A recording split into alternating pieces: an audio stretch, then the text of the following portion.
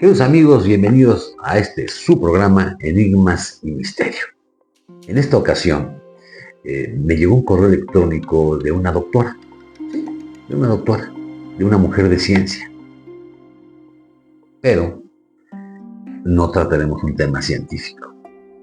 Trataremos de conectar la ciencia con lo etéreo, con lo paranormal, con lo que ellos platican entre sí, con lo que ven con sus pacientes, con lo que pueden ver de gente que no se supone que esté en un hospital o en una clínica. Es un tema súper interesante. Vida después de la vida. Los invito a que se suscriban al canal, le den like si les gusta, sobre todo sus comentarios y sus correos, que son lo más importante. Vamos a escuchar esta llamada desde la ciudad de Puebla y espero que los haga reflexionar, pensar y que los deje dormir esta noche. Comenzamos.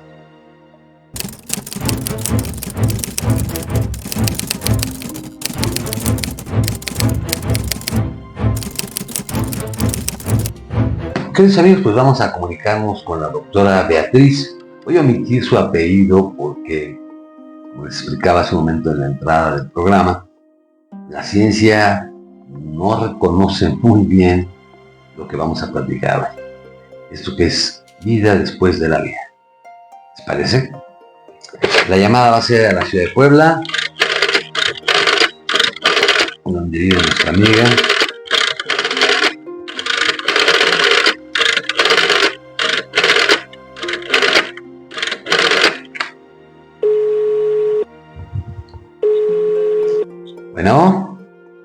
Bueno.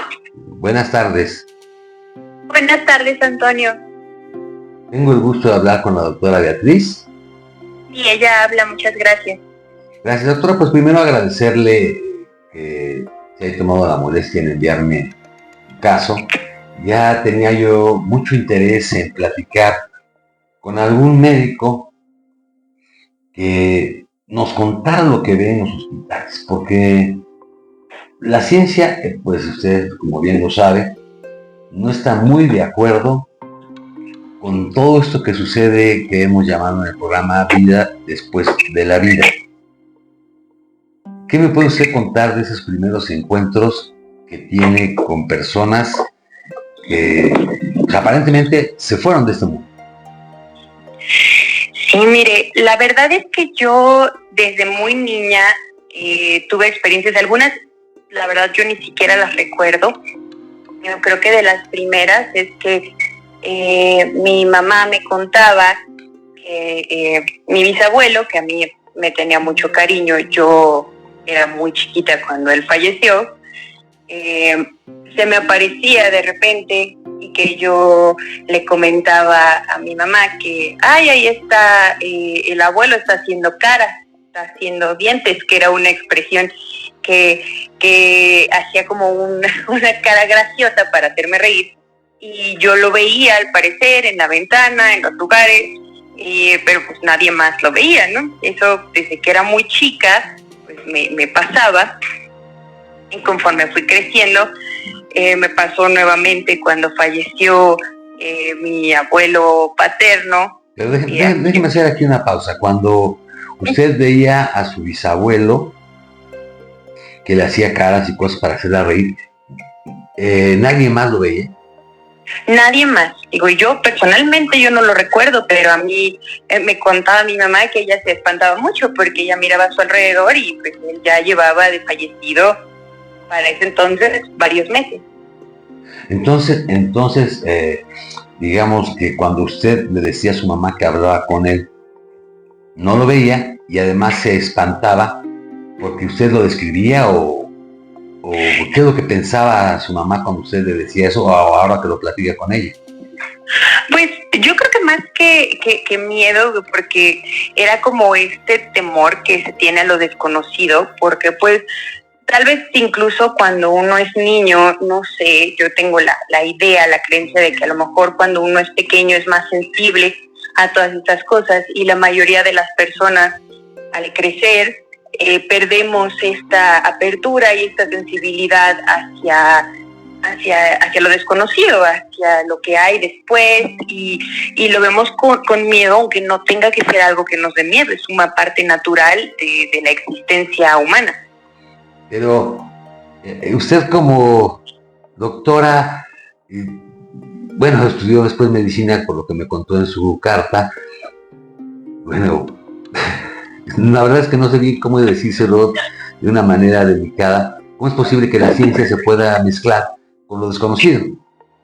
Es que es justamente, o sea, es un problema, pues, porque digo, nosotros en medicina, obviamente, nosotros buscamos una explicación para todo, porque el buscar la explicación está en el poder buscar la causa de las enfermedades y el tratamiento, y nosotros, nuestra labor es preservar la vida, que esta vida terrenal que nuestros pacientes tienen continúe de la mejor manera. Eso es lo que nosotros hacemos.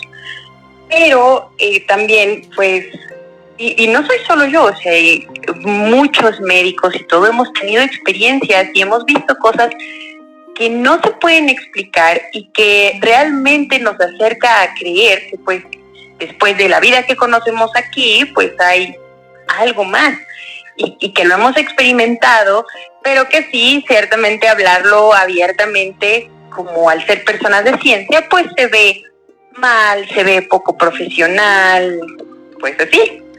Y después usted me dice que tuvo encuentros con su abuelo. ¿Qué edad tenía usted ya cuando tuvo encuentros con su abuelo, ya no con su bisabuelo?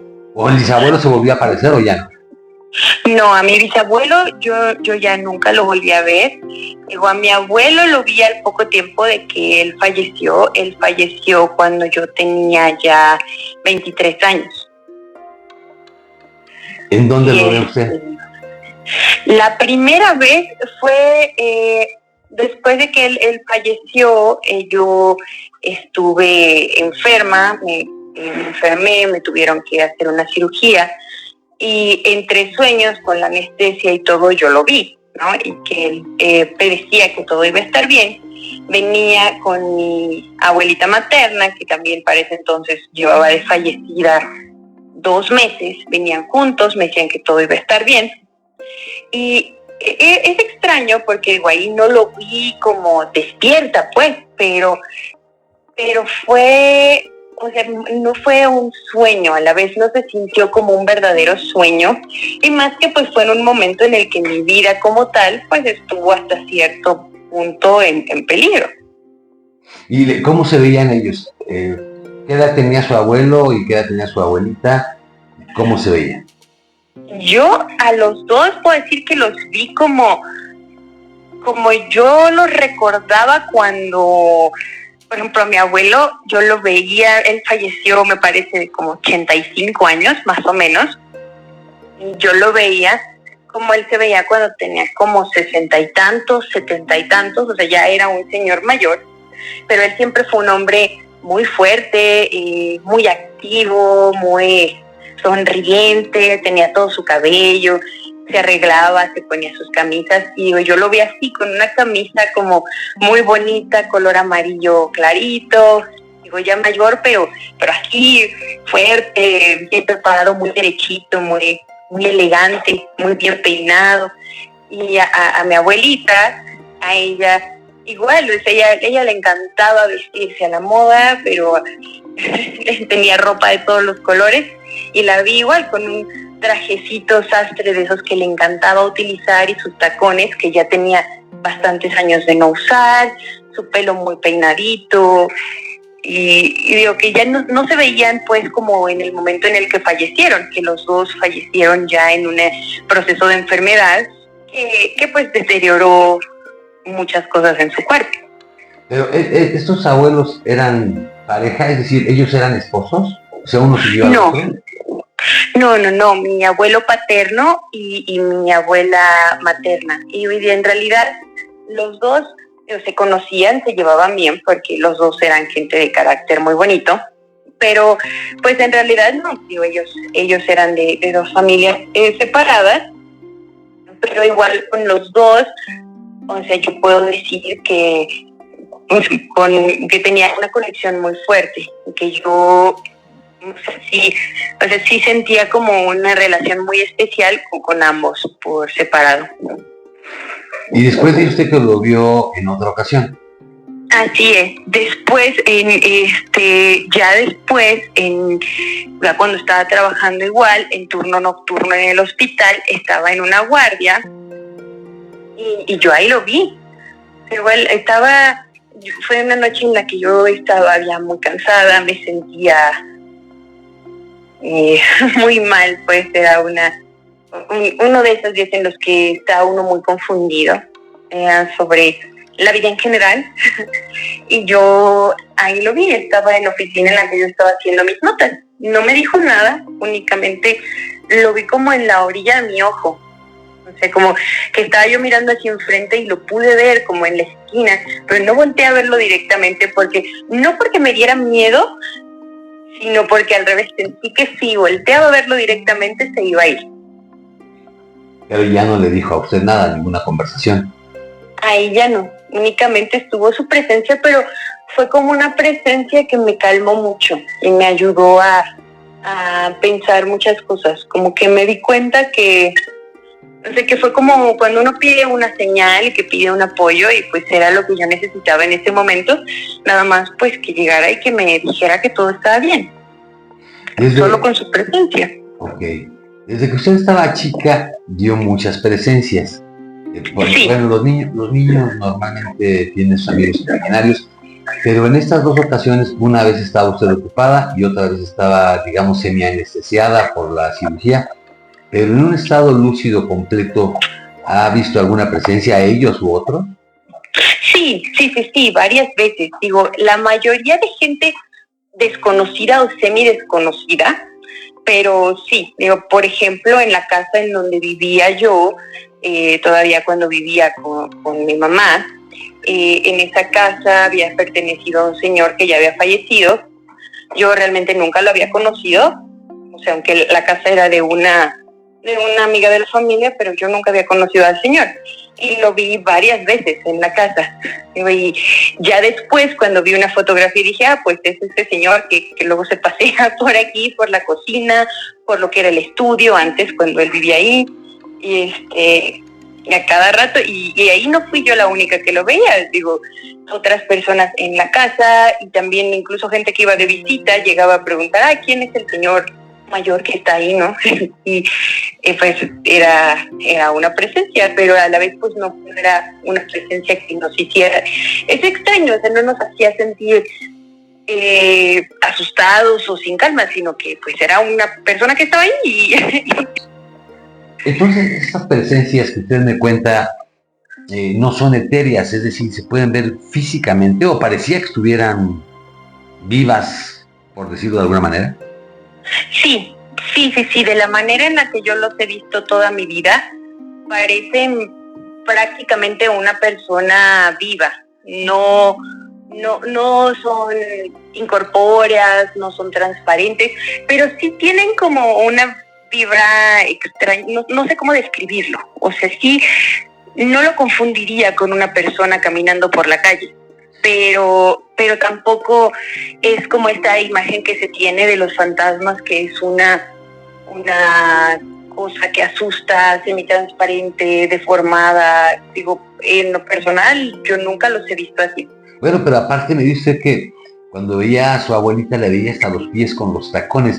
Muchos de los relatos nos cuentan que no se les ven las piernas o los pies. Yo nunca he tenido, para mí siempre han sido así como personas completitas. Y de hecho, una vez mi mamá me contó que a una de mis tías solo le vio los pies con el tipo de zapatos que siempre usaba, que un día ella estaba cocinando en la cocina de la casa y que vio cómo se paró junto y estaba mirando hacia abajo y le vio los pies y inmediatamente supo que era ella. O sea que ya es una cosa como familiar esto. Sí, definitivamente. Bueno, y tomando el tema de la ciencia, en los hospitales, usted me comentaba también en su correo que ha visto pues personas que no están ahí, sobre todo en los turnos nocturnos, cuando ya la actividad disminuye un poco. Sí, 100%. La verdad es que los hospitales pues es un lugar en donde llega vida y se va vida todo el tiempo, y ahí, y eso ya en un punto muy informal, si uno lo comenta con médicos, con enfermeras, es una cosa súper común ver a gente que después uno se da cuenta que no está ahí. A veces pacientes que nosotros habíamos ya entregado a sus familiares para sus funerales, los volvíamos a ver en la cama en donde habían fallecido. O gente que estábamos seguros que habíamos visto un paciente en ciertas áreas del hospital y que después, no, pues esta cama lleva vacía desde quién sabe cuántos turnos. Y también hay muchos casos que se relatan en las historias, estas en cuentos de terror o cuentos de fantasmas, de personal médico que se pasea por los hospitales y que realmente no hay nada ahí.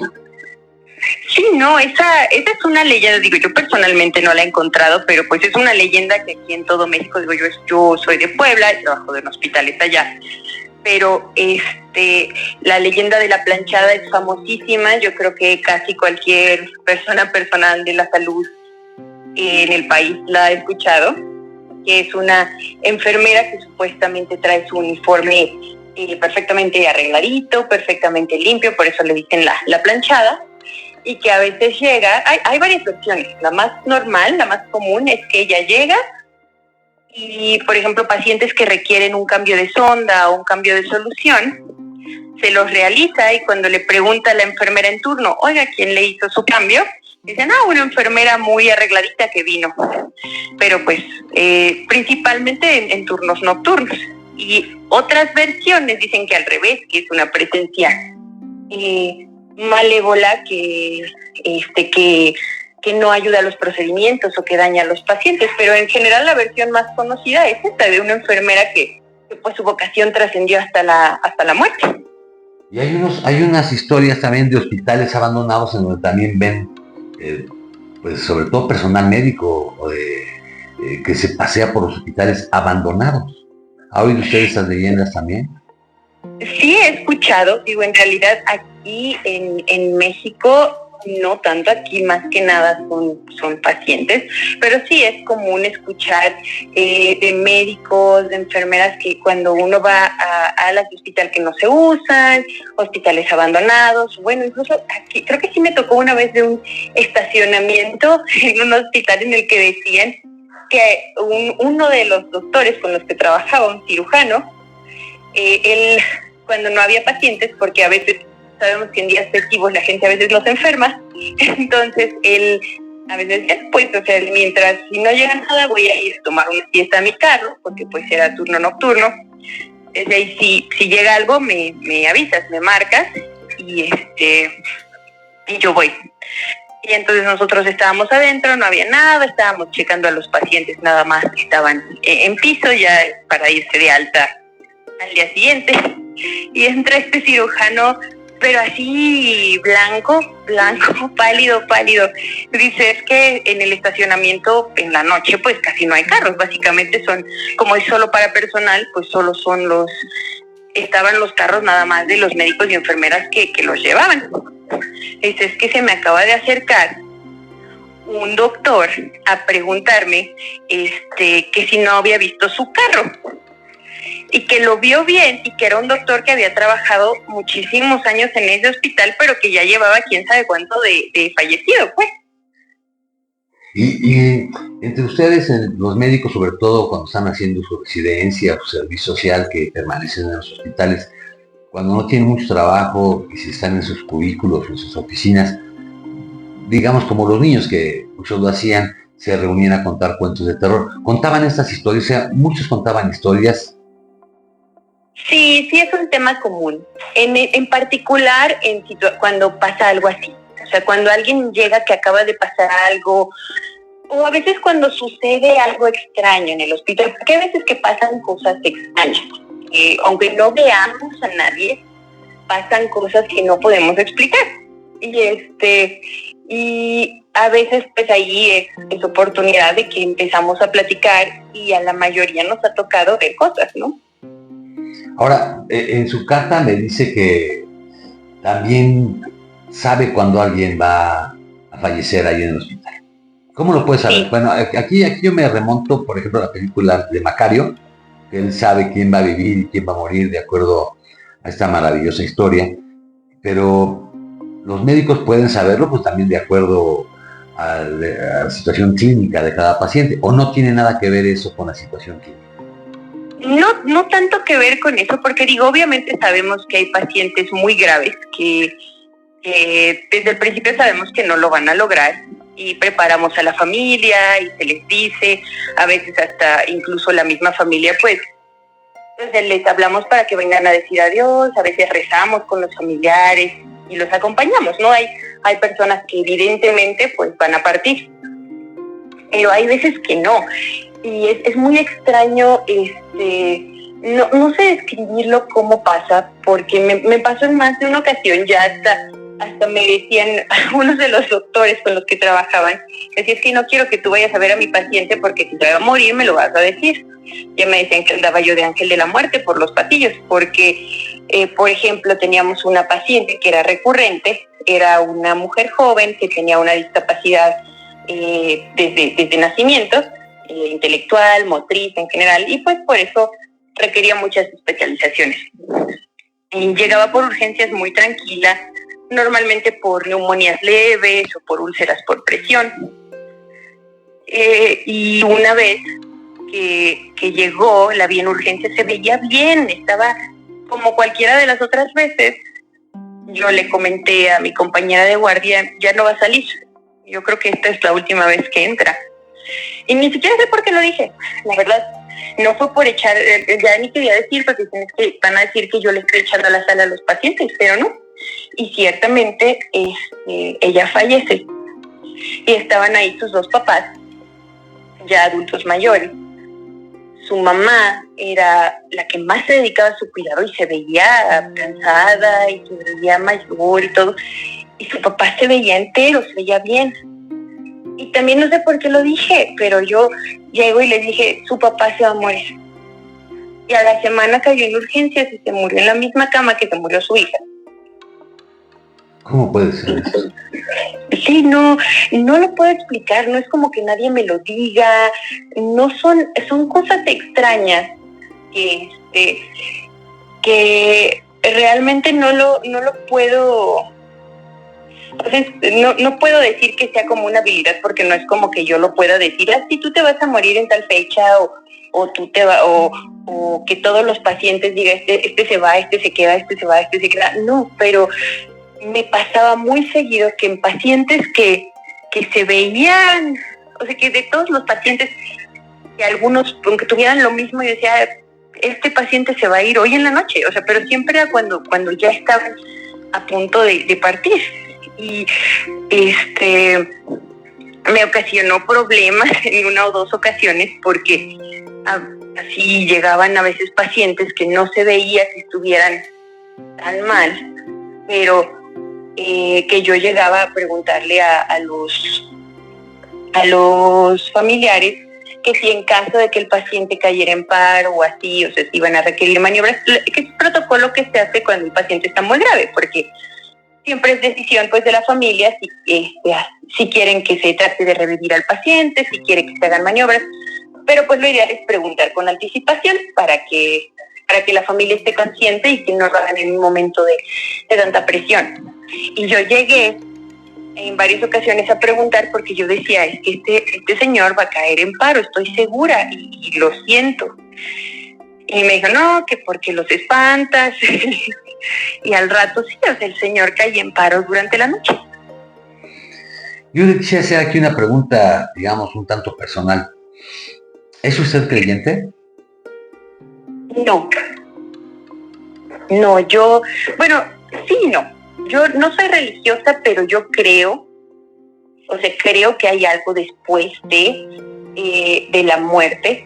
Digo, yo creo que nuestras acciones y todo que debemos, o sea, por ejemplo, bueno, yo no tengo una fe cristiana o católica, pero yo creo que de los preceptos de hacer bien al prójimo, de cuidar a tu hermano, y todo, son maravillosos, y que todos deberíamos de regir nuestra vida por ellos.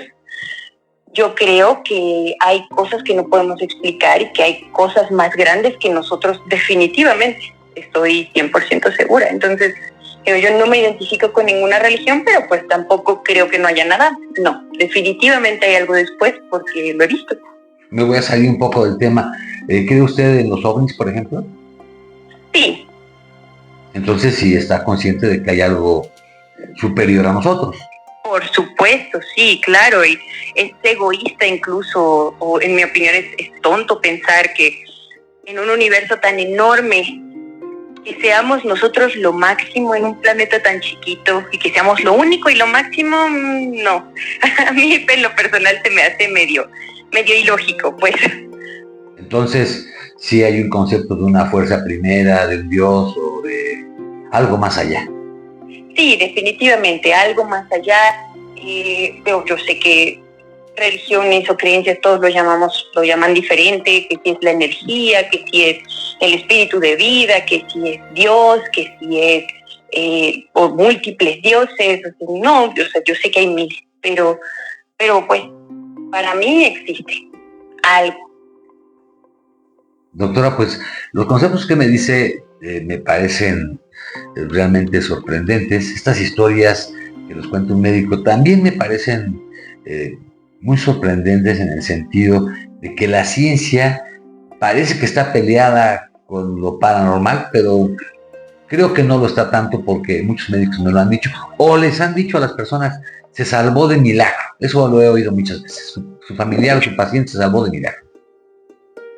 Claro, ¿no? Y es que nosotros siempre decimos, la medicina no es una ciencia exacta, nosotros estudiamos para saber lo más posible de cómo funciona el cuerpo, para poder curarlo, avanza día con día y cada vez se llegan a cosas más impresionantes, pero todos los días vemos gente que no nos explicamos o por qué no lo logra o por qué lo logra. No, es decir, que no hay manera lógica de entender qué es lo que hizo, porque nosotros si vemos un paciente, siempre, un buen médico siempre le va a dar un tratamiento excelente a sus pacientes. Y muchos pacientes van a tener situaciones similares que en teoría tienen una solución muy, no sé, que lo sabemos, ¿no? Dice, tiene una infección aquí, quito donde está la infección, tiene un tumor aquí, quito el tumor, doy quimioterapia, doy esto. Pero hay veces que hemos visto cosas que no nos podemos explicar y obviamente parte de ser una persona de ciencia es que siempre vas a tratar de buscar una explicación, siempre, y se van a buscar, pero yo no dudaría que en algún momento, en un futuro tal vez lejano, no lo sé, la ciencia se va a unir tal cual con esto, porque nos vamos a dar cuenta que son fenómenos que están ahí, que se pueden ver, que a lo mejor hasta se pueden medir, no lo sé, pero ahorita todavía nuestro entendimiento y nuestro avance no llega a estos puntos. O sea, es como si antes, en los tiempos de antes, cuando se creía que la epilepsia era un mal sin explicaciones y que únicamente pues es, no sé, una posesión demoníaca, por ejemplo.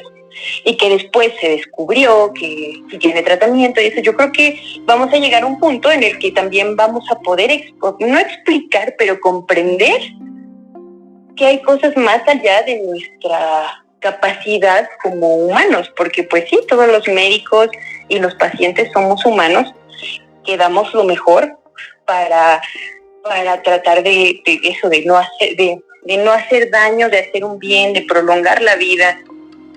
Pero sí, hay cosas que nunca vamos a poder explicar. Todos lo hemos visto, pacientes que están prácticamente desahuciados y que un día empiezan a responder a un tratamiento que antes se les había dado 1000 veces y que no respondían. Que no es como de, no, no es como esta idea que tienen algunas personas de, no, pues, como una fábula o una historia que recuerdo de la Iglesia Católica, que dice que la providencia de Dios me salvara, no, sino que la providencia era la providencia te pone las cosas para que tú lo hagas, ¿no? Y que a veces nosotros nos toca hacer esta herramienta, hacer las cosas, hacer lo más posible, no funciona, y de repente por algo funciona. Es que, ¿por qué? ¿Cómo me pasó? O heridas que de repente estaban completamente infectadas y que de un día para otro se ven perfectamente bien, que no tiene sentido, por más bueno que sea el antibiótico, que se ha visto 1000 veces cómo funciona, que tenemos casos de tumores que se hacen pequeños, tenemos casos de personas con hipertensión o diabetes que siguiendo su tratamiento normal y sin grandes cambios en el estilo de vida, de repente ya no tienen nada. Y estas personas que están a punto de irse, ¿le dicen a usted cosas extrañas? ¿Ven familiares? ¿Ven gente que va por ellos? ¿O les dicen a ustedes, ya me voy a morir? A veces sí, hay casos en personas en las que sí son muy claras. Teníamos una que me viene a la mente ahorita era una persona igual, una adulta mayor, que tenía una cantidad impresionante de hijos, no recuerdo si 11 o 12 hijos, ella era del norte del país. Ya tenía ella más de 80 años y ya pues había estado hospitalizada por mil cosas, ¿no? Ella ya había tenido muchas cirugías, tenía diabetes, tenía hipertensión, estaba completamente lúcida, pero pues ya la vimos que estaba en un momento muy delicado. Le avisamos a su familia que pues era probable que esta hospitalización pues ella ya no saliera, ¿no? Entonces se tiene como esta discusión de si se van a llevar a la paciente a casa o si van a pasar a despedirse. Es total que empiezan a llegar, pero tenía hijos que vivían en Baja California o algo así, me parece, en Tijuana. Y ella me dijo, bueno, a mí y a mis compañeras que estábamos ahí con ella, pues vendándole sus piernas, checando sus signos, cuidándola, pues, nos dijo, yo ya me voy a morir, pero estoy esperando a mi nieto. Y estaba ahí, no había vuelos, el nieto se tardó 2 días en llegar. Y la señora hasta parecía que se iba a curar, de verdad. Empezó a comer, los exámenes de laboratorio salían bien, estaba maravillosa. Logra llegar el nieto, pasa a ver, la abuelita, ¿cómo estás? Sale el nieto y a las menos de 2 horas cae en paro la señora. ¿Ya? Premoniciones, quizá. Bueno, el mundo es tan extraño, tan extenso, que no sabemos. Espero que esta no sea la primera y única plática, doctora Beatriz. Le agradezco muchísimo su tiempo, le agradezco muchísimo que se haya tomado la molestia de escribir y el valor de contarnos historias que a veces la ciencia no nos la puede creer o no las quiere creer. Muchas gracias por tomarme la llamada.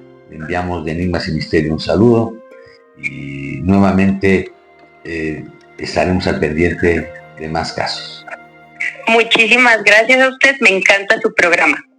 Muchas gracias, doctora. Nos escuchamos y nos vemos pronto por ahí, por los medios masivos de comunicación. Gracias. Hasta luego. Hasta luego. Pues queridos amigos, es una historia realmente sorprendente. Son muchas historias, me quedé pensando en tantas cosas. Es que usted las conoce, sabe de alguna de ellas, empata con alguna de estas historias. Háganos saber, enigmasymisterioradio@gmail.com. Los invito a que se suscriban y si les gusta el programa, denle like. Finalmente ustedes son los mejores jueces. Buenas noches, buenas tardes o buenos días, donde quiera que